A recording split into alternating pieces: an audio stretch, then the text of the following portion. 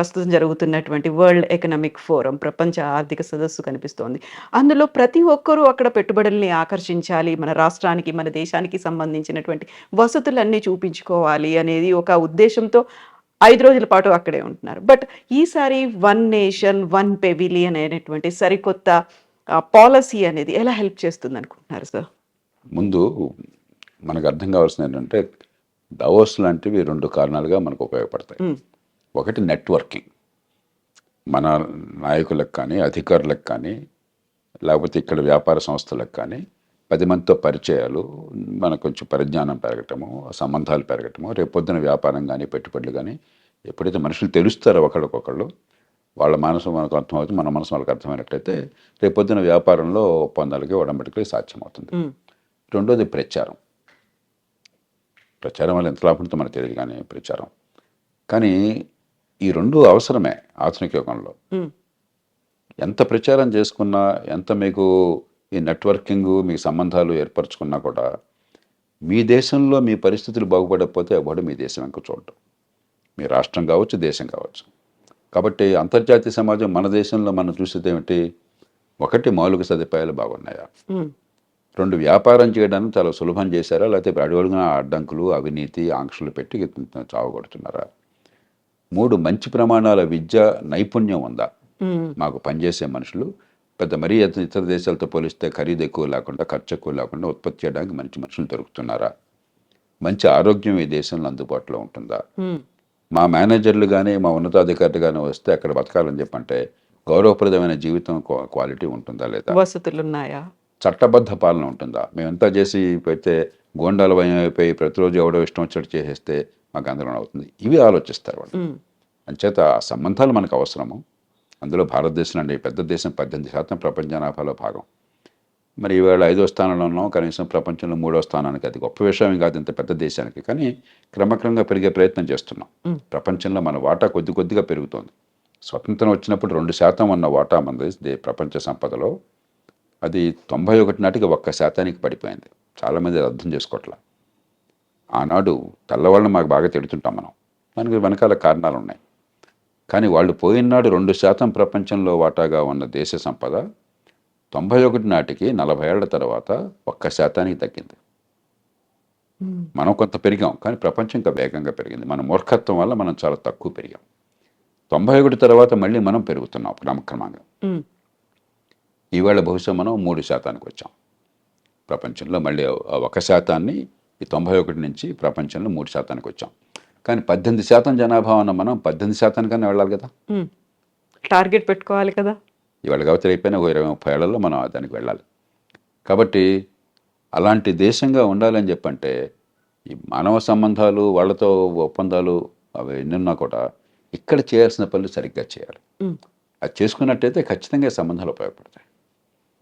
Sir, ఇప్పుడు మీరు ఇన్ని రకాల వసతులు ఉన్నాయా, మెరుగైనటువంటి ఇన్ఫ్రాస్ట్రక్చర్ ఉందా, ఇలాంటివన్నీ చూస్తారు అనుకున్నప్పుడు అక్కడ ఉన్నటువంటి పొలిటికల్ సిచ్యువేషన్ లేదు, ప్రభుత్వాలు మారుతున్నాయి అనుకున్నప్పుడు వాళ్ళ పరిపాలన ఎలా ఉంది, ఇవన్నీ కూడా కన్సిడర్ చేస్తారంటారా? ఖచ్చితంగా పొలిటికల్ స్టెబిలిటీ మన దేశంలో పెద్దగా అది ఇబ్బంది లేదు. మరి కొన్ని చోట్ల మూర్ఖత్వం వల్ల గొడవ తప్ప.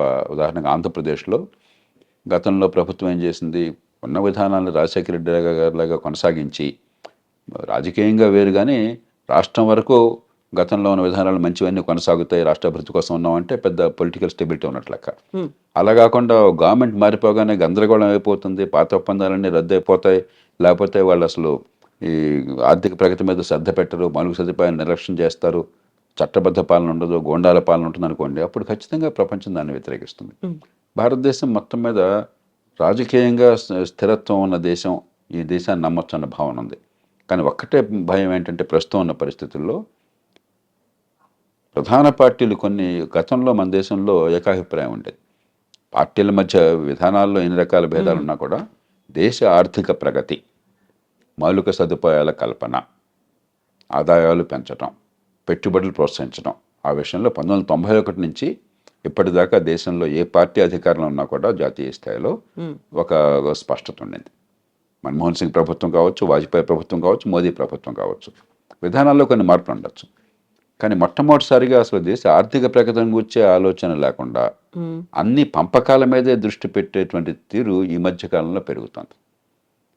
అది ఖచ్చితంగా ప్రపంచంలో ఇతర దేశాలను ఆలోచింపజేస్తుంది. అది మినహాయిస్తే రాజకీయ స్థిరత్వం విషయంలో మనకు పెద్ద ఇబ్బంది లేదు. మనం చూడాల్సింది యాక్చువల్‌గా ఏం జరుగుతోందని చెప్పి. మాటలు వేరు, చేతలు వేరు. పెట్టుబడులను ప్రోత్సహించే వాతావరణం ఉందా లేదా? మౌలిక సదుపాయాలు ఎట్లా ఉన్నాయి? ఆర్థిక క్రమశిక్షణ ఉందా లేదా? అప్పుల హ్మ్. పాలైపోతుంటే ఓ దేశం పెట్టుబడి పెట్టేవాళ్ళు మన దుర్బిణి వేసి చూస్తాడు మనని. మన రహస్యాన్ని దాచుతాం అనుకున్నా కూడా ఎంత డబ్బు మనకు ఆదాయం వస్తుంది, ఎంత ఖర్చు పెడుతున్నాం, ఎంత అప్పుల పాలు అవుతున్నాం, రేపొద్దున ఏం జరగబోతుంది మనకంటే ఎక్కువ గమనిస్తారు. కాబట్టి ఆర్థిక క్రమశిక్షణ ఉందా లేదా? మరి పెట్టుబడులు ప్రోత్సహించే వాతావరణం ఉందా లేదా? హ్మ్. లేదా గోండాతనం తీరున ఉందా?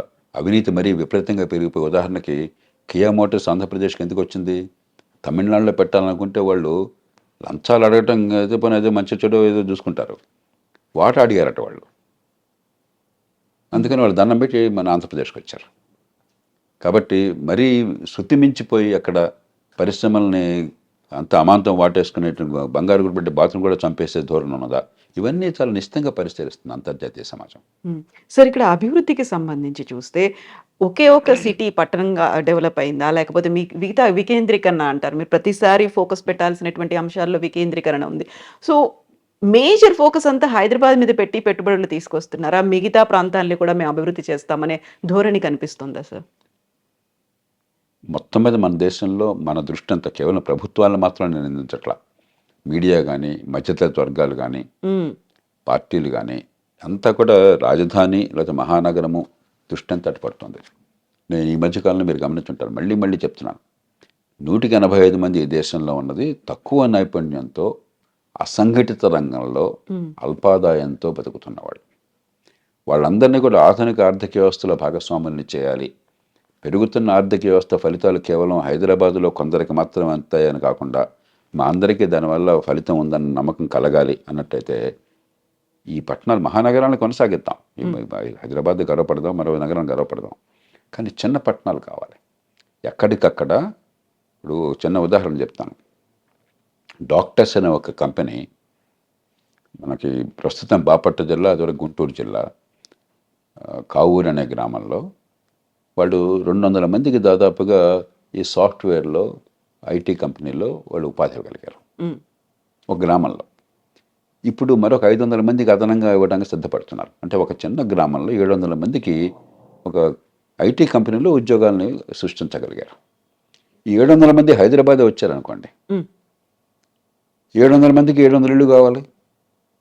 700 మందికి రవాణా కావాలి. 700 మంది ఇక్కడి నుంచి 20 కిలోమీటర్లు ప్రయాణం చేయాలి. అక్కడి నుంచి 20 కిలోమీటర్లు తిరిగి రావాలి. నరకం అయిపోతుంది. తర్వాత ఈ వచ్చే ఆదాయం అక్కడ ఆ ఊళ్ళో రూ. 25,000 జీతం వస్తే చాలా గౌరవంగా బతకచ్చు. ఇక్కడ 50,000 వచ్చినా అక్కడ రూ. 25,000 సమానం కాదు. కాబట్టి ఈ దేశంలో పెద్దగా నైపుణ్యం లేని, పెద్దగా ఆదాయం లేని కోటాను కోట్ల మంది 85% ఉన్నప్పుడు వారందరినీ మనం ఈ ఆర్థిక ప్రగతిలో భాగస్వాముల్ని చేయాలని చెప్పంటే నగరాలను అభివృద్ధి చేయడంతో పాటు ఎక్కడికక్కడ చిన్న పట్టణాల మౌలిక సదుపాయాలు, టౌన్ ప్లానింగు, రవాణా ఇంతవరకు ఈ 3 ఉంచుతారు. మిగతాది ప్రైవేట్ రంగం చూస్తుంది. కానీ ఇది అంతర్జాతీయ పెట్టుబడి పెట్టే వాళ్ళకి అది పట్టదు. వాళ్ళకి కావాల్సింది హ్మ్. హైదరాబాద్ సర్వాంగ సుందరంగా ఉంటే, బెంగుళూరు అనుకూలంగా ఉంటే బెంగుళూరులో పెడతారు. దాన్ని మనం కాదనకూడదు. అవి పెద్ద పెట్టుబడులు. అంతర్జాతీయ పెట్టుబడులు పెద్ద పెట్టుబడులు. చిన్న పెట్టుబడుల సంగతి ఏమిటి? వాటిని హైదరాబాద్‌లోనే ఎందుకు పెట్టాలి? హ్మ్. బెంగుళూరులోనే ఎందుకు పెట్టాలి? వాటిని మరి ఒక చిన్న ఊళ్ళో, ఒక చిన్న పట్టణంలో ఇప్పుడు అందులో ఈ పూర్వం లేనటువంటిది ఈరోజు ఏముంది? మనకి టెలిఫోన్ అందరికీ ఉంది. అవును. టీవీ అందరికీ ఉంది. 15, 20 ఏళ్ల క్రితం కరెంట్ కూడా ఉండేది కాదు. ఇప్పుడు కరెంట్ బై అండ్ లార్జ్ గ్రామాల్లో కూడా దొరుకుతుంది. చిన్న పట్టణాల్లో కూడా తాలూకా కేంద్రాలు కూడా దొరుకుతుంది. కరెంట్ ఉంటుంది. డిజిటల్ టెక్నాలజీ అన్ని చోట్ల ఉంటుంది. అవును. నేను 30 ఏళ్ల క్రితం గ్రామాలకు పోతే ఫోన్ ఉండేది కాదు. హ్మ్. నా జిల్లాలోనే నేను కొన్ని తీర ప్రాంతంలో ఉన్న గ్రామాలకు పోతే ఫోన్ లేదు, మరొకటి లేదు. అర్ధరాత్రి నాకు పోలీసు వాళ్ళు వైర్లెస్‌తో నాకు మెసేజ్ వచ్చి ఇచ్చేవాళ్ళు. ఒక కాలువ దాటి. అలాంటిది ఈవేళ ప్రతి చోట ఫోన్ ఉంది. డిజిటల్ టెక్నాలజీ ఉంది. అవును. టీవీ అందుబాటులో ఉంది. కరెంట్ అందుబాటులో ఉంది. ఇవన్నీ ఉన్నప్పుడు అన్నిటికీ హైదరాబాదే కేంద్రం కావక్కర్లా. హ్మ్. ఇది అంతర్జాతీయ సమాజంగా అది పట్టించుకోవాల్సింది. మన సమాజం పట్టించుకోవాలి. మన ప్రజల గురించి మన సమాజం పట్టించుకోకుండా పొట్ల చేత పట్టుకుని వచ్చేటువంటి రెక్కాడితే డొక్కాడిన వాళ్ళందరూ హైదరాబాదే రావాలి. 10,000తో తృప్తిపడాలి. భార్య బిడ్డలతో రావడం సాధ్యం కాదు కాబట్టి ఒంటరిగా బతకాలి ఇక్కడ. 15 కిలోమీటర్లు ప్రయాణం చేయాలని చెప్పంటే జీవితం నరకం అవుతుంది. ప్రజలు హర్షించరు. ఉమ్, మీరు ఎలక్షన్లో ఎక్కడో వెళ్ళక్కర్లేదు, రాజకీయ పార్టీలు నేను ఎందుకంటే ఎన్నికల ఫలితాలే వాళ్ళకి అర్థమవుతాయి, మిగతా ఏమీ అర్థం కాదు. ఎలక్షన్లో ఓట్లు వస్తాయా పోతాయా అన్నదే వాళ్ళకి అర్థమయ్యేది. 2023 ఎన్నికల్లో ఉమ్, ఆ, తెలంగాణ అసెంబ్లీ ఎన్నికలు ఏం జరిగింది ఒకసారి చూడండి. హైదరాబాదు చుట్టుపక్కల 24 నియోజకవర్గాల్లో కాంగ్రెస్ ఒక్క సీట్లో కూడా గెలవాల. అభివృద్ధికి వాళ్ళు దోహదం చేస్తున్నారు అనుకున్నటువంటి టీఆర్ఎస్ బీఆర్ఎస్ కానీ లేకపోతే బీజేపీ కానీ ఆ రెండు పార్టీలకి సీట్లు వచ్చినాయి 24 సీట్లలో. అవును. 24 సీట్లు మినహాయిస్తే మిగతా చోట్ల చాలా మేర కాంగ్రెస్ నెగ్గింది. తేడా ఏంటి? ఇక్కడ అభివృద్ధి ఫలితాలు మాకు అందుతున్నాయని అత్యధికులు భావించారు. ఉమ్, తప్పులుండొచ్చు ప్రభుత్వాల్లో, ఈ ప్రభుత్వాలు తప్పులు లేని ప్రభుత్వం భారతదేశంలో లేదు. ఉమ్, ఎలక్షన్లో 30 కోట్లు ఖర్చు పెట్టాక అసెంబ్లీ సీటు కోసం తప్పులు చేయకుండా మీరు ఉంటారని మనం అన్న పిచ్చోడమా? అది తర్వాత చూసుకుందాం. కానీ కనీసం ఆర్థిక ప్రగతి ఫలితాలు మాకు అందుతున్నాయి కనిపిస్తోంది అని ఒక ఎదురుగా. ఆశ కనిపిస్తోంది. ఉమ్, మిగతా చోట్ల ఆశ కనిపించట్లా. కాబట్టి ఇది దేశ ప్రజలకు అవసరం మాత్రమే కాదు, రాజకీయంగా ఇది లేకపోతే మనుగడ సాగించలేరు. ఉమ్, అది మనం చూసుకోవాల్సింది. అంతర్జాతీయ సమాజానికి ఏం పోయింది? వాళ్ళకేం అవసరం? వాడికి కావాల్సింది వాడు వ్యాపారం చేస్తే ఈ దేశంలో మంచి ఉత్పత్తి చేసి అమ్ముకోగలను అనుకుంటే వాడు వస్తాడు. అది సరే, ఇప్పుడు దావోస్లో తెలంగాణ రాష్ట్రం ఒక్కరోజే 52,000 కోట్ల పెట్టుబడుల్ని ఆహ్వానించింది అనుకున్నప్పుడు వస్తున్నటువంటి విమర్శలు కూడా గతంలో మేం చేసుకున్నటువంటి ఒప్పందాలే కదా, దానికి ఒక ఎక్స్టెన్షన్ ఇది అనే మాటతో పాటుగా హైదరాబాద్కు సంబంధించినటువంటి కంపెనీలు దావోస్తో ఒప్పందం కుదుర్చుకోవడం ఏంటి? యాక్చువల్గా అక్కడికి వెళ్ళిన తర్వాత గ్లోబల్ ఎరీనాలో ఎవరెవరితో ఒప్పందాలు కుదుర్చుకుంటే మన రాష్ట్రానికి శ్రేయస్కరం సార్? ఇవన్నీ రాజకీయంలో ప్రచారంలో భాగం. నేను దాని పెద్దగా దీనికి వెళ్ళను. కానీ ఒక మంచిది ఏమిటంటే గతంలో నేను ఎన్నోసార్లు బహిరంగంగా చెప్పాను,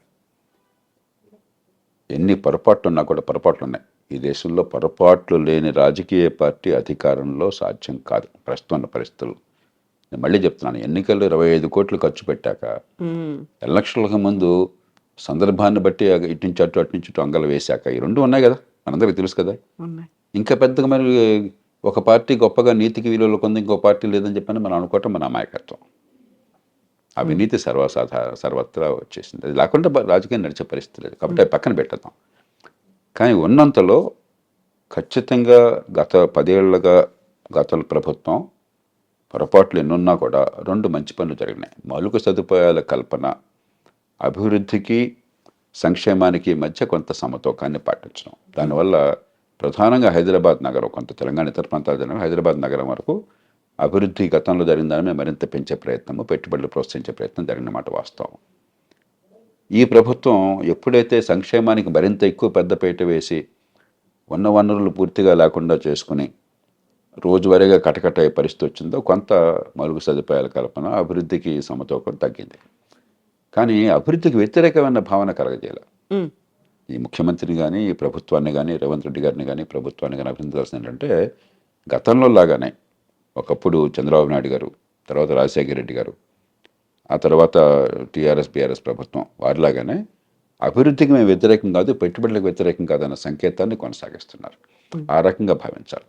కాకపోతే ఈ సమతూకం మాత్రం ఖచ్చితంగా దెబ్బతిన్నది. ఉమ్, ఈ సమతూకాన్ని ఇప్పుడు కష్టపడి తీసుకురావాలి. అది తీసుకొచ్చినట్టయితే సరే, పార్టీల మధ్య మేము చేసామని వాళ్ళు చెప్తే ఎవరు చేస్తే మనకేం కావాలి? ఎవరిది సొంతం కాదు ఇది. ఈ ప్రజలకు మేలు జరిగితే, ఇక్కడ పెట్టుబడులు వచ్చి, ఇక్కడ సంపద పెరిగితే, ఇక్కడ ఉపాధి కలిగితే, ఇక్కడ ఆదాయాలు పెరిగితే, అక్కడ ఎవరు ఏ పేరుతో వచ్చినా మనకు అభ్యంతరం లేదు.